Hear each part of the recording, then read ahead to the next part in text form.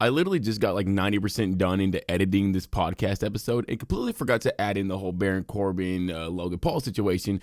So my voice sounds a little bit as well. Got my whole PJs on and all that stuff. But I was like, you know what? Nah, I can't leave it out. Can't do it again. I did it already before. So when it comes to this whole Logan Paul, Baron Corbin situation, basically Baron Corbin, aka Bishop Dyer, it's Bishop Dyer, aka Baron Corbin. That's the name he used. I think it's also actually his real name. He was asked how did he feel about Logan Paul and WWE and all that stuff. And he had basically said that he doesn't necessarily have a problem with Logan Paul being in WWE, but he does kind of have a problem with Logan Paul being in WWE because for the established guys, like, the guys that have been around for probably like 10 plus years now, maybe they're not like a superstar, but, they're at least somebody that can, be a mentor to somebody or something like that. They're kind of established, so they're probably not going to be losing their job anytime soon. But for the guys that are, like the low card, the mid card guys, the guys that are fighting every day, scrapping just to get some kind of spot on the roster, those are the guys that are affected by one Logan Paul. The superstars, they're not affected either, like the Roman Reigns, the Seth Rollins, the Cody Rhodes, the Randy Ortons, even like the Kevin Owens and the Sami Zayns, the Jimmy Usos, Jey Usos. None of these guys are really affected by Logan Paul's addition to the roster, but guys like Apollo Crews, Ashante the Adonis, Cedric Alexander, Carmelo Hayes, even though he's like a rookie, so he's not totally affected, but he could potentially be affected.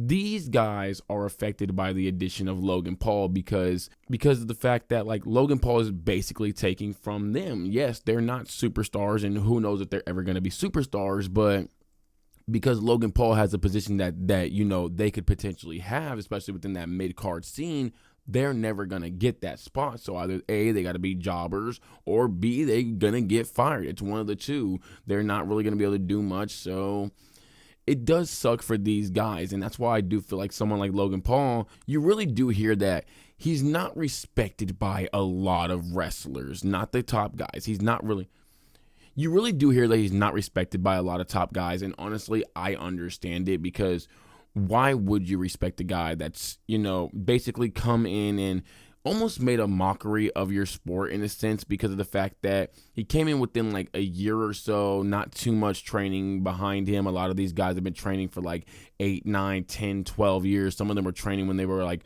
barely in high school and they were learning how to wrestle and all that stuff.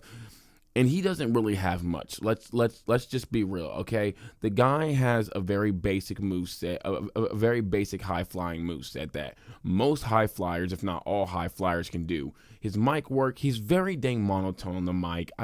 I don't understand how you are like in a content creator. You made YouTube videos and all this stuff, and you're very monotone on the mic. He doesn't have much charisma either, so it's like he doesn't really have much that separates him from the rest of the guys. If you took away the internet success, like take away all of that, he's probably Cedric Alexander, Mustafa Ali, Ricochet. Like he's just, and honestly, he's not even as talented as them in the ring. He's a very basic high flyer. He's really more towards the bottom. I would say that Cody Rhodes is a more athletic guy than him. I would say that Bayley's more athletic than him. Like, this guy doesn't really show much.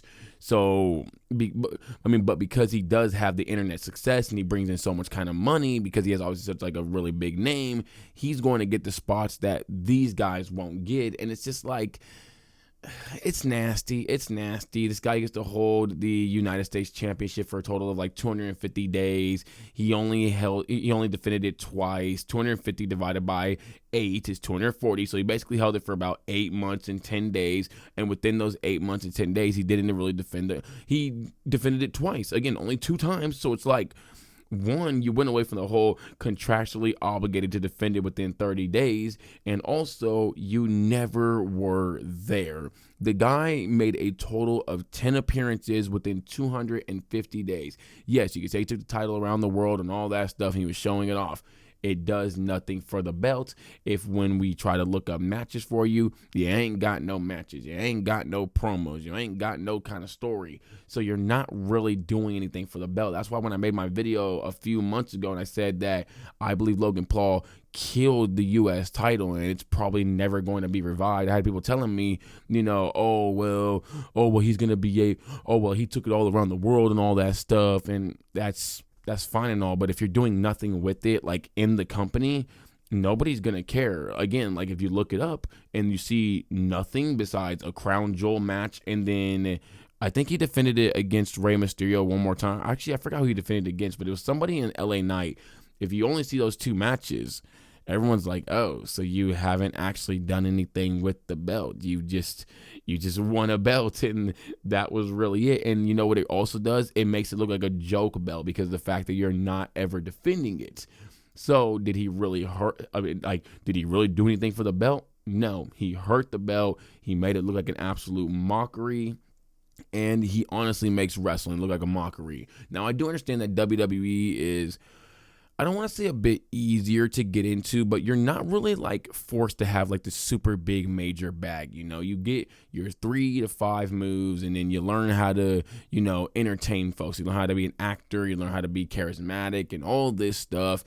And that's really it. And you also do learn like the art of storytelling in the ring and all that stuff. But you're not really forced to have like this super deep explosive bag and all that. I don't know why I said explosive.